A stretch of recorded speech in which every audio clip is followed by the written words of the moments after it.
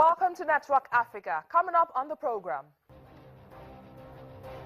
reports emerge on the gunmen behind the Mogadishu hotel attack, which killed 15 people.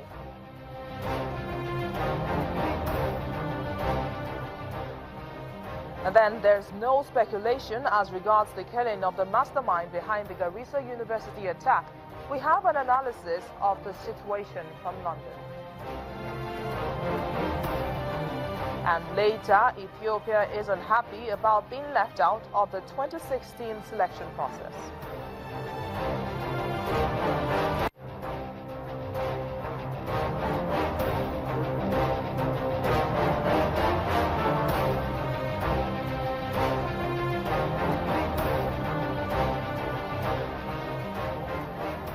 Thanks for staying tuned to the program. I'm Bisi Adebayo. Now, topping our news is what's unfolding in the Somali capital, Mogadishu. We understand that 3 gunmen who stormed a hotel in the center of Mogadishu have been killed after an overnight gunfight. According to both health officials and eyewitnesses, the car bomb and gun attack at the Ambassador Hotel on Maka al-Mukarrama Street killed 15 people. Unfortunately, it was also declared this morning that 2 British Somali members of parliament were among those killed in the 12-hour attack. And in a separate development, it's been confirmed that the commander believed to have orchestrated the 2015 deadly attack on Kenya's Garissa University has been killed in a special forces raid in southern Somalia. Local security forces in coastal Somali town of Kismayo announced on Wednesday that Muhammad Ali, the suspected architect of the bloodbath in Garissa, had been killed in a raid in southwestern Somalia overnight. Local officials paraded the bodies of the 4 suspected commanders in the streets of Kismayo. The 3 other suspects were not identified. In Washington, U.S. officials said American forces provided advice and assistance support in the operation. They spoke to the AP News Agency on the condition of anonymity. You recall back in April 2015, 365-kilometer northeast of the Kenyan capital Nairobi left 148 people dead and 142 of them students.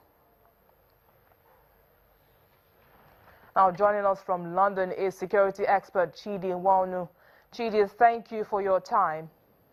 Good afternoon. Thank you for having me. Now, one can't help but notice the link between the hotel in Mogadishu and the killing of the mastermind behind the Garissa Massacre. Do you think the Mogadishu attack was a reaction by Al-Shabaab? Well, the time difference between the 2 events would indicate that it was most likely something that was pre-planned. As we're coming up to Ramadan, most Islamic insurgents and Islamic terrorist groups will be increasing their attacks to try and take advantage of this holy period.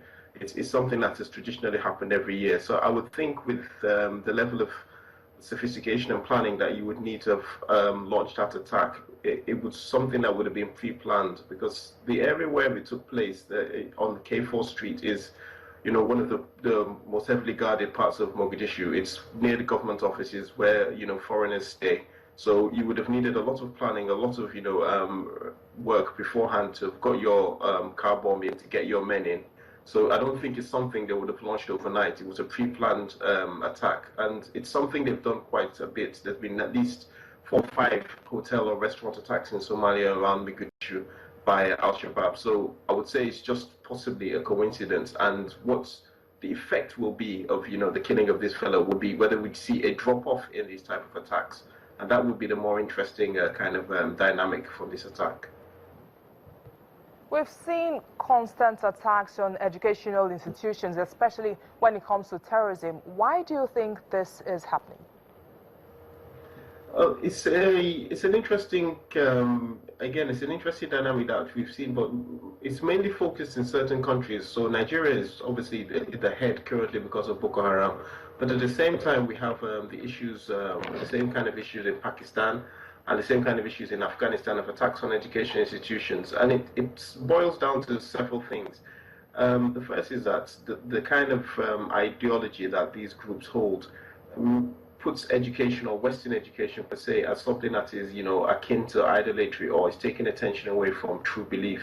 And at the same time, on a secondary level, schools are generally one of the few kind of public institutions that are accessible to virtually everybody, poor people and rich people alike. So by attacking schools, they're attacking the most obvious symbol of the state, and it's a way of, and it's also you're attacking, what is most precious to people, their children. So it's just one of the easiest ways of having a very dramatic effect on a conflict. Now, looking at countering insurgency in Africa, does it appear that Africa still has a long way to go? The short answer would be yes, but the slightly maybe more complex or nuanced answer is Africa has moved quite far in terms of its counterinsurgency capabilities. But the unfortunate thing is you will only develop those capabilities when you suffer from insurgencies and terrorism. So you can see in Kenya, they've developed a very potent special forces kind of capability. Same thing in Nigeria. We now have the Nigerian Navy Special Boat Service. We have the Army Special Forces Group. We have a plethora of special forces that are now able to deal much better with these situations. But I think the model that you saw happening in Somalia of local soldiers from Jubaland or from the Somali national government going in to take, attack these targets, supported by foreign powers like, for example, the United States or France, is the model you're going to see around Africa a lot. The United States in the past year in the past few years has invested quite a lot in placing bases around Africa, special forces in Africa, a lot of cross-training with troops. So all these kind of things are our preparation for operations such as this. And I think this is the model you're going to see. I mean, using Nigeria as an example, we have a French and US drone base and special forces base to our north in Niger. We have French and US special forces in Cameroon to our west in the northeast. And you will see a lot of synergy between all of these forces in terms of tackling terrorism, particularly in the Lake Chad Basin. Chidi, before I let you go, it appears as though the killing of leaders and masterminds in various terror groups only escalates terror. Do you think it's time to consider a different approach? A different approach would be very helpful, but the problem is that most times, the security forces are very limited in what they do. You're very correct, though. When you take out a leader of these groups, what generally happens is there's a struggle for power, and the most vicious or the most cruel, follower is the person who becomes the next leader. So we saw it in Nigeria, where Mohammed Yusuf was killed, and Shekau, who was much worse than him, took over. Same thing in Iraq. The death of Zarqawi led to eventually the birth of what we now call Islamic State or Daesh. So a different approach would be very, very useful, but we've also got to be aware that it's very difficult to have a different approach. These people are not easy to find, they're not easy to arrest. So in most cases, when you do discover where they are, the only option is to kill them. The best option or the easiest approach is obviously preventing any crisis from getting to the point of an insurgency or getting to the point of terrorism, and that is the very hard part of this. Well, thank you, Chidi, for spending some of your time with us. Thank you. Thanks for having me. Now, some more uplifting news. As the season of Ramadan draws closer, an Egyptian charity is teaching disabled children how to make lanterns. The scheme aims to fill a gap in the market for handmade Ramadan crafts, as well as raising money for the children. Each year, Muslims in Egypt stock up on food supplies and Ramadan treats in the days and weeks before the holy month, which is expected this year to begin in the first week of June. But in the run-up to this year's holy fasting month, many Egyptians say they are struggling to buy the usual goods that are found on the Ramadan iftar table. The prices have increased, of course, because the dollar is up and most of the products are imported. So the prices are higher than last year.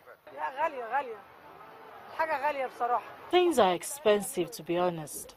What should those who have children do? Things are expensive.